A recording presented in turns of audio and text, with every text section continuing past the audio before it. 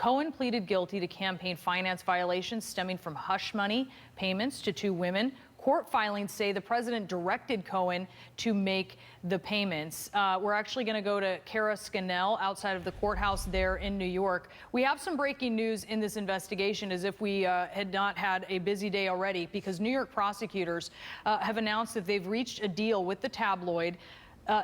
With the tabloid that's the parent company, really, of the National Enquirer, that helped pay off these women, accusing Trump of having affairs with them. Tell us what's going on. That's right, Brianna. So they just announced, the Southern District New York prosecutors, that they've reached a non-prosecution agreement. That means that they won't prosecute American media for the $150,000 payment they made to Karen McDougal. And that's one of the payments that Michael Cohen has pleaded guilty to, and that the U.S. Attorney's Office has said that Cohen did in coordination with and at the direction of the president. So as part of this announcement today, which was made in September of this year, but only announced today, we're learning that American media is receiving this agreement from the U.S. Attorney's Office that they won't prosecute them because of the substantial assistance that they gave them by making many of their executives available for interviews and providing information to the U.S. Attorney's Office. So this is another sort of postscript on this investigation, where it stands so far today, Brianna. All right, Kara, stand by as I bring in Laura Coates, our legal analyst, to discuss this.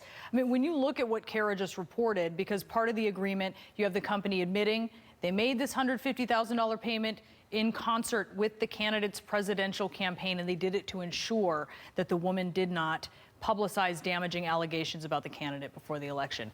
Presumably, AMI has thrown the campaign and the president under the bus for this arrangement. Of course, remember, David Pecker, who is the head of AMI, got immunity to testify around the time that Michael Cohen pled guilty to these sorts of charges about campaign finance contributions and about these sort of catch and kill stories. It was David Pecker with AMI whose name was mentioned in that now infamous secret recording by Michael Cohen that said, you know, all of the stories we wanted to cover, all of them with David Pecker and our friend, he mentioned Alan Weisselberg, who also got immunity as a part of a deal with special counsel and the SDNY as well. You have the idea about whether SDNY exclusively. You have this idea of what would they have said? What would have been the incentive for a prosecutor to have given them immunity if what they're telling you that Michael Cohen has done is a violation of the law?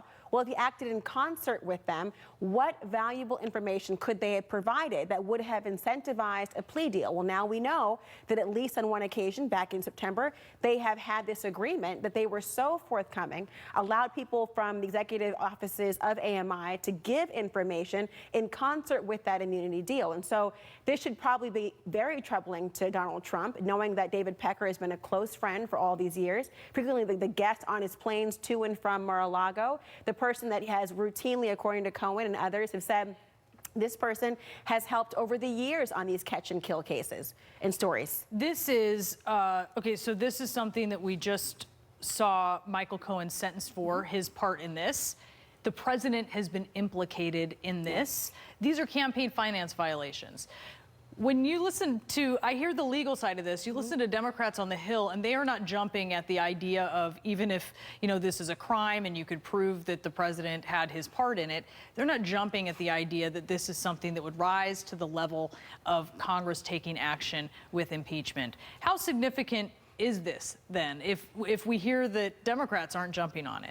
Well, we can't just judge what's significant by whether or not Congress is motivated to do something.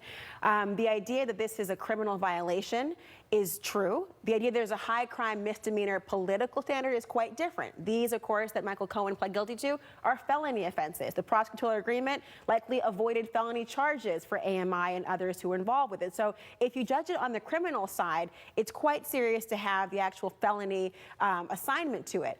On the flip side, part of the reason why this is not the sexiest of incentives for Democrats on the Hill to talk about impeachment is because you still have the battle between having a Democratic-run House that brings the actual articles of impeachment, contrast that with a Republican-led Senate who would actually have to convict in some way. Because of that dynamic, and because you still have the majority in one, you probably do not have the overall unanimity you're going to need to actually have an impeachment. So, but if there was something more serious, perhaps, that went to the very core of what Mueller, his mandate was, perhaps it would be the case. But remember, this case was farmed away from Mueller.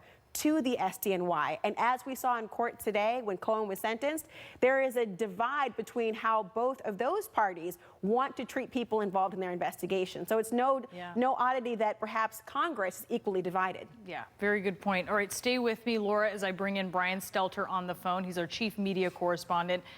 Brian, what's your reaction to this news that the parent company of the National Enquirer has reached a non-prosecution agreement with the U.S. Attorney's Office in the Southern District of New York?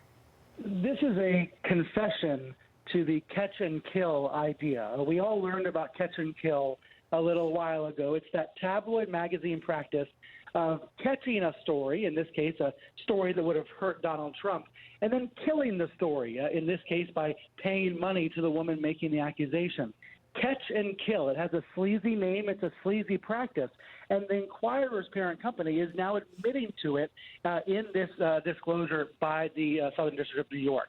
So it's another piece of the puzzle now finally being filled in. This allegation about catching and killing stories have been out there for a while. American media had kind of denied it, but now we know they really did engage in it, and they're admitting to it. And I think it's another piece of the puzzle, Brianna. The idea being that they catch the story, they pay for the story, they pay for the exclusivity of the story, then they never publish so it doesn't go somewhere else. Whether it is the person telling them the story understands it won't be published, or maybe they think it does need to be published and it isn't. Right, Brian? And that's right. And by doing so, you're burying bad news, in this case, burying bad news about Donald Trump for the purpose of helping him be elected president. It is an incredible scheme to be uncovered now. 2 years later, we're now finally seeing the proof of this scheme. And it's notable, Brianna, this document from the prosecutors says that the company, American Media, which owns the National Enquirer and a bunch of other magazines, will continue to provide cooperation in the future. Remember, the company's owned by one of Donald Trump's longtime friends, David Pecker, but Pecker apparently no longer a friend of Donald Trump's. Yeah, but he knows a lot for sure. All right, Brian Stelter, thank you so much. We are following two big breaking stories as well. Michael Cohen, the president's former lawyer and